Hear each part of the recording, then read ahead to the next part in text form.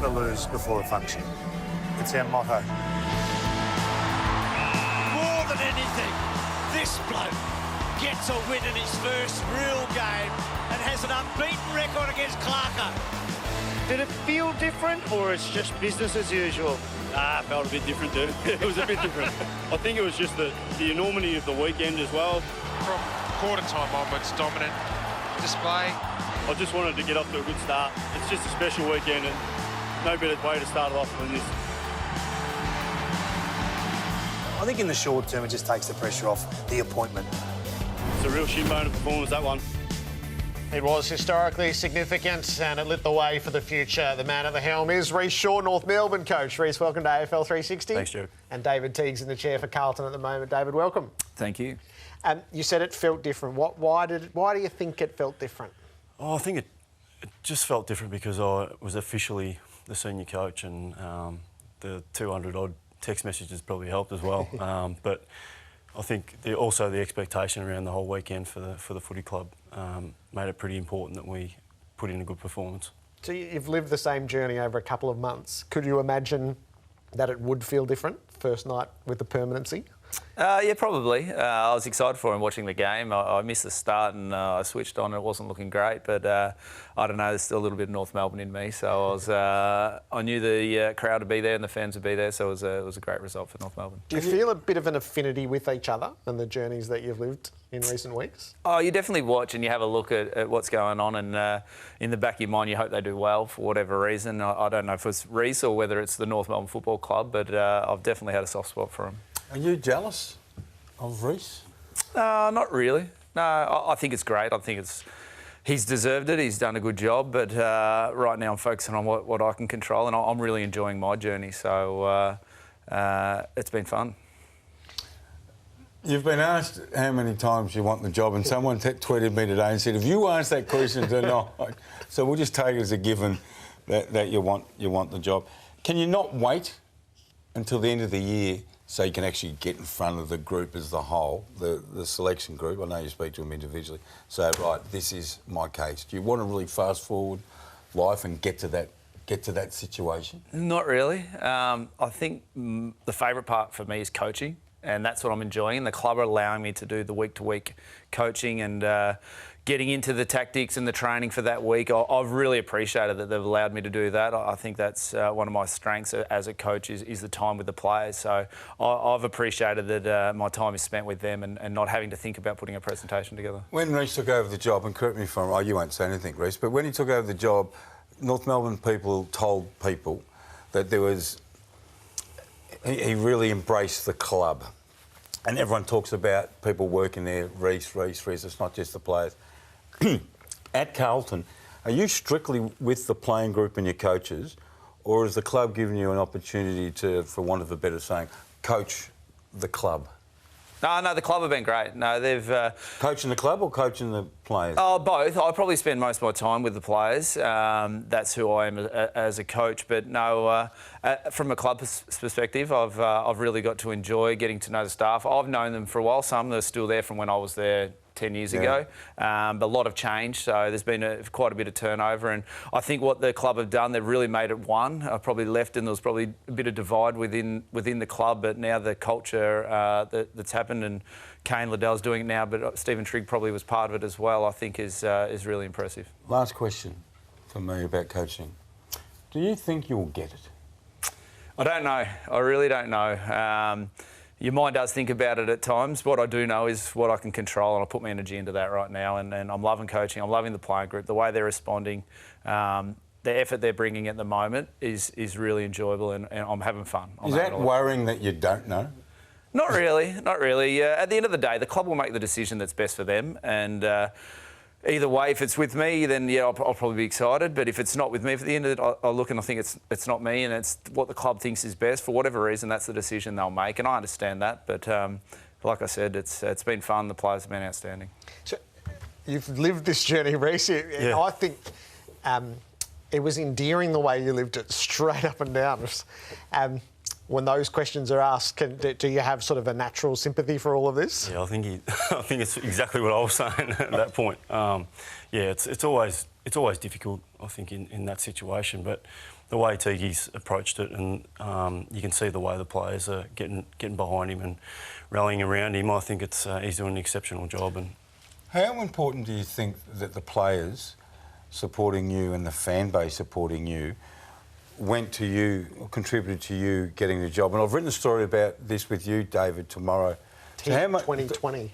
Teague My 2020. dreams of trending hashtag you've got. Do you know one? Yeah, no, I'm big on social media. Did you like it? Did you like it and retweet it? I'm not. I wouldn't even know how to do it, so it's not my cup of tea. Do you think it contributed, Rhyce? yeah, I think it might have. I think it might have. My sole purpose when I took over was to make sure that the playing group were focused and enjoying their football and going in the same direction. And myself and our coaching staff really put the time into the players, and that was the most important thing to me. And if it played a part, well, then that's great. Well, Pat, do you feel, again, I've written a piece tomorrow saying how much power do the players carry? And Patrick Cripps, your captain, their inspiring player, comes out and says, you know, the Teague 2020, I'm on the train, or, you know, I want it and all that sort of stuff. And the fans ringing Jared's show in the morning, Teague, we want Teague, we want Teague.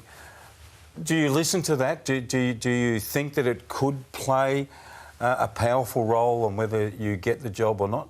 Is one more powerful than the other? Probably the players, but do you understand the power of people? Yeah, I understand the power. What I'm loving is the passion, the Carlton supporters, the energy. It's quite noticeable, the difference at games now. The supporters and the fans, they're getting behind the players, and the players are respecting that and playing with great effort. And you can't not see it, you can't not feel it more than anything. And I've loved being part of it. I've loved playing a small role in that. And to see the players smile after games is something that I hold close to my heart. I really enjoy them. They're having fun. Even on the weekend, we didn't win, but to see them look at each other in the eyes and say, we gave our all today and we came up against good opposition was quite powerful. I lied. I've got one last question. Okay. So you're in the room. in a hurry here. Right, so you're in the rooms, you've won the game, the players are singing the song, and all the support staff are happy. Mark Lagudice, the president, is there. Does he put his arm around you? Or does he keep it really official still? Yeah, well done, David, great job. Or does he put his arm around you? It's happened with Rhyce, put your arm around you and say, oh, that's fantastic. Are they sort of getting personal, or they're keeping their distance? No, he's put his arm around me every week. From when I got the job, Taft every game and on the weekend, even when we lost, he put his arm around me, and he pops in during the week at training. We always have a chat. So, no, the support I've had from Mark, Kane, Brad Lloyd, Andrew Russell, my assistant coaches, I've been very lucky in that sense. I've had great support. Is there anything you're going to be able to say that will speak more powerfully than your deeds when you get to that interview process? Probably not. Only in the sense of looking forward. Probably what I see going forward is probably the only thing. But right now, the coaching is probably the bit I'm enjoying, and they'll be making their opinions up as they see. I think it's 11 games all up that they'll get to see me coach and see how I go about it and how I handle everything, not just the football side of things, but from media to supporters and the whole of the club aspect. But in terms of a presentation, unless it's around list management or going forward, I think they'll know a fair bit of who I am and how I go about my business. So when you were neck deep in it, Rhyce, and you had publicly tipped your hand, you sort of had no choice. In the 5 days when it looked like John Longmire might have taken the North Melbourne job, would you give us a private insight? Did that leave you going, oh, he's probably the only one who can beat me? Bloody hell. And this is totally out of my control? Yeah, I wasn't really worried about it, Jared, to be completely honest. I spent a lot of time with Horse over the years as well, and like what Tigi said before about what's best for the club, and only being at North Melbourne for 10 odd months, they've got to make decisions based on what's best for them, and for them to go after Horse, it's only natural, I think, and he's a fantastic coach, he's a premiership coach, so they'd be silly not to, and I thought, good on him, and if he gets the job, well, then they're going to be in a good spot because they've got a great coach. Are you still looking? Shoot you a message at any stage? Yeah, he sent me a message. He said he sent me a message saying good luck when I got the interim role, and asked for more money. And then when I got the senior gig, he was one of the first. So you said that you've stated before, I think, Rhyce, correct me if I'm wrong, that you'd be open to having a senior football person. Yep. with you. Now that you've got that job, is that really important? And, for example, we had Alan Richardson sitting here. We know what happened to Richo, and Richo's come up in discussions, would it be at North Melbourne? Are you still looking for a sort of an older senior football person to see? Yeah, I think we're looking currently at the moment just to see what it looks like. I'm still working my way through that, but I'm really trying to concentrate on what this week looks like against the Cats. But I think for me it'd be ideal if someone like that could come aboard. But again, those discussions are going to take place. Is your mind a whirlwind? Can you let us into your you're walking into the 150-year celebration, and there's Greg, there's Dench, there's Duck, there's the greats. How was that for you? Yeah, that was a real eye opener, especially when half of them wanted to belt me old man at some stage during their career. So, but look, I've really enjoyed my time at North Melbourne, and culminating on the weekend, Saturday night, it was just a fantastic experience to see all those old players and the supporters and the members and all the well wishers was fantastic. You've embraced the shin boner, haven't you? And I wrote about it on the weekend. I spoke to you about it. Yep. What was it like being with the people who helped create that spirit? Yeah, it was a great experience, and you can tell how much it means to them, Robbo.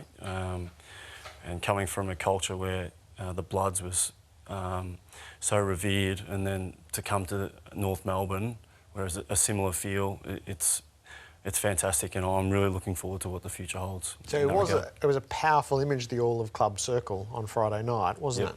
Yeah, it was, and I thought it was really important that it was a club celebration. The team went out and produced, which was great, but the club was celebrating that weekend. So you've got one this weekend, the 79 reunion. So this is one of the fabled groups. So that's what's Friday night ahead of the game, which comes on Sunday.